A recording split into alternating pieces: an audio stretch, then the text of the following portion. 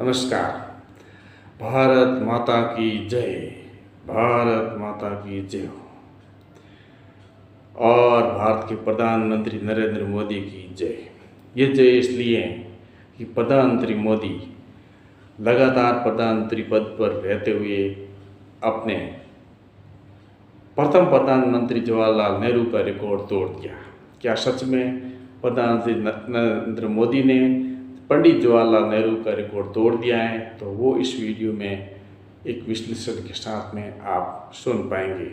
Video को like कीजिए, video को पूरा देखेंगे तो ही मालूम पड़ेगा।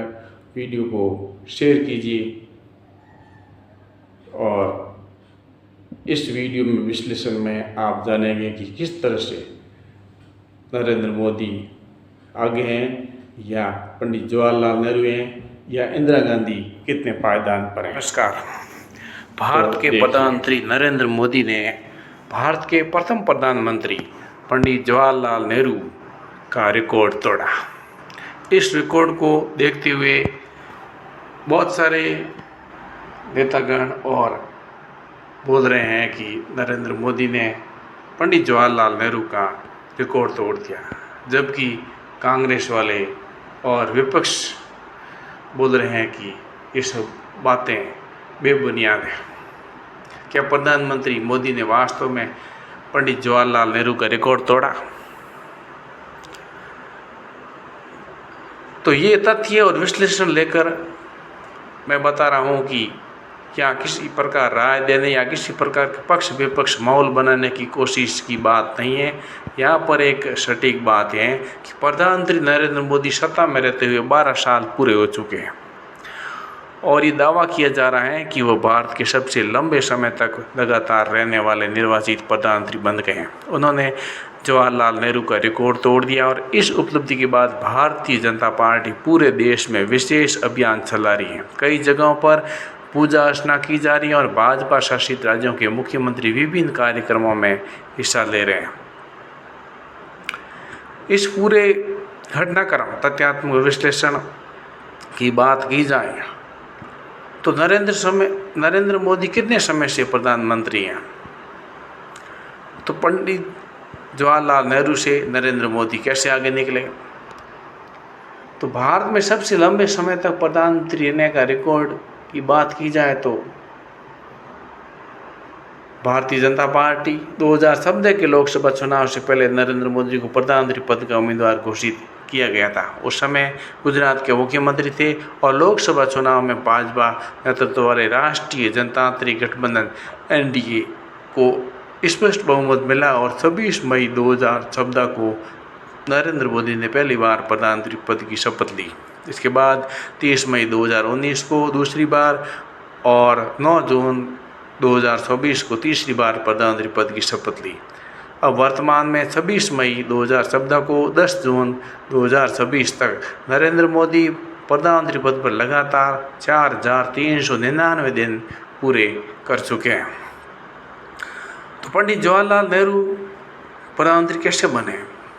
1946 आते आते भारत में आज़ादी की मांग निर्णायक क्षण में पहुंच चुकी थी और ब्रिटेन से लेकर पार्टी की सरकार बनने के बाद भारत को स्वतंत्रता देने की प्रक्रिया तेज हुई। इसी क्रम में मार्च 1946 में कैबिनेट मिशन भारत आया और उस समय सबसे बड़ा सवाल था कि सत्ता का हस्तांतरण किस तरह होगा और स्वतंत्र भारत का नेतृत्व कौन करेगा। इसी प्रक्रिया के तहत 1946 में संविधान सभा और अंतरिम सरकार के गठन में चुनाव हुए। इन चुनाव में भारतीय राष्ट्रीय कांग्रेस की मुस्लिम लीग प्रमुख दावेदार थी और संविधान सभा चुनाव कांग्रेस ने 208 सीट जीती, जबकि मुस्लिम लीग ने 73 सीट मिली। अन्य दलों उम्मीदवारों को 15 सीटें प्राप्त हुई और 1946 जो प्रांतीय चुनाव हुए थे उसमें कांग्रेस काफ़ी आगे थी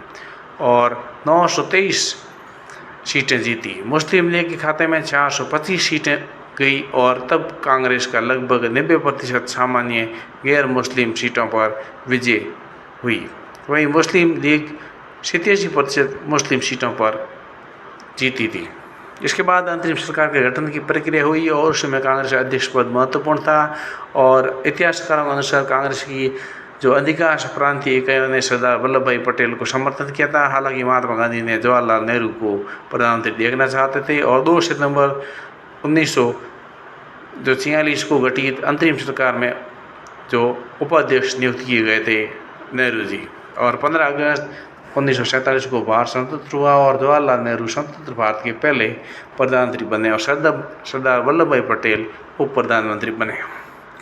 तो 1946 के चुनाव और आज के चुनाव में अंतर ये है कि वहाँ पहले जो चुनाव होते थे उसमें भी एक विवाद है। भारत में आज 18 साल से अधिक आयु का हर नागरिक मतदान कर सकता था। इसे सार्वभौमिक वैश्विक मताधिकार कहता है और 1946 की स्थिति अलग थी। हर व्यक्ति वोट देने का अधिकार नहीं था। मतदान के लिए संपत्ति कर भुगतान और शिक्षा जैसी बातें लागू थी। कुल आबादी का लगभग 10 से 15% लोगों के पास ही मतदान का अधिकार था। तो ये निर्वाचन क्षेत्र जो धार्मिक आधार पर भी विभाजित थे। मुस्लिम सीटों पर केवल मुस्लिम मतदाता वोट डालते थे और सिख सीटों पर केवल सिख मतदाता वोट डालते थे और इस व्यवस्था को सेपरेट इलेक्टोरेट कहा जाता था।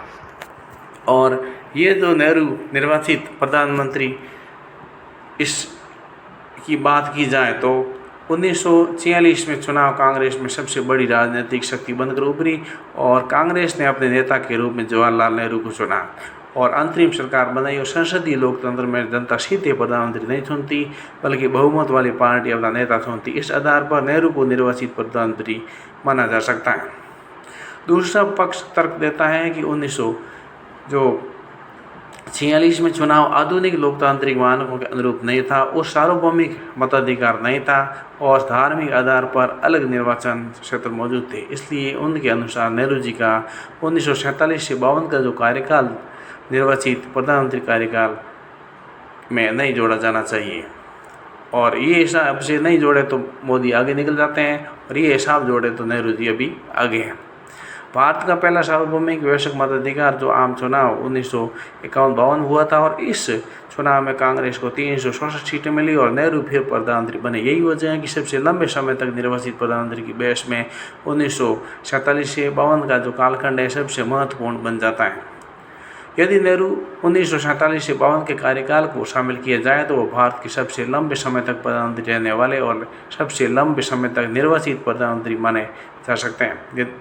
लेकिन यदि केवल 1951-52 के आम चुनाव के बाद कार्यकाल गिना जाए तो नरेंद्र मोदी का लगातार निर्वाचित प्रधानमंत्री के रूप में कार्यकाल उससे आगे निकल जाता है।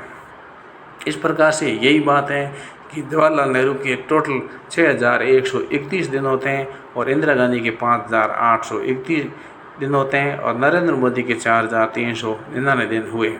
हालांकि लगातार प्रधानमंत्री पद के लिए इंदिरा गांधी 30 नंबर पर आती हैं।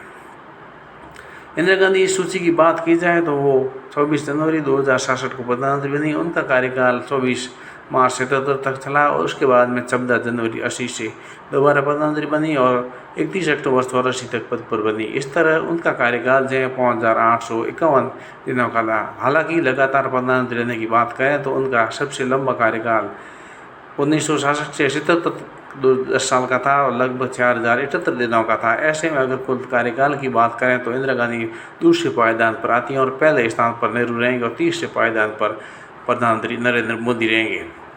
इसलिए लगातार प्रधानमंत्री और निर्वाचित सरकार की बात करें तो नरेंद्र मोदी पहले प्रधानमंत्री हैं और इसी बात को लेकर के प्रधानमंत्री नरेंद्र मोदी ने अपनी सरकार की उपलब्धियों और केंद्र शासित प्रदेशों और राज्यों पर पूरे बीजेपी को कांग्रेस को हटाने का प्रयास और अपनी सबका साथ सबका विकास को लेकर की बात है उसको प्रसारित कर रहे हैं।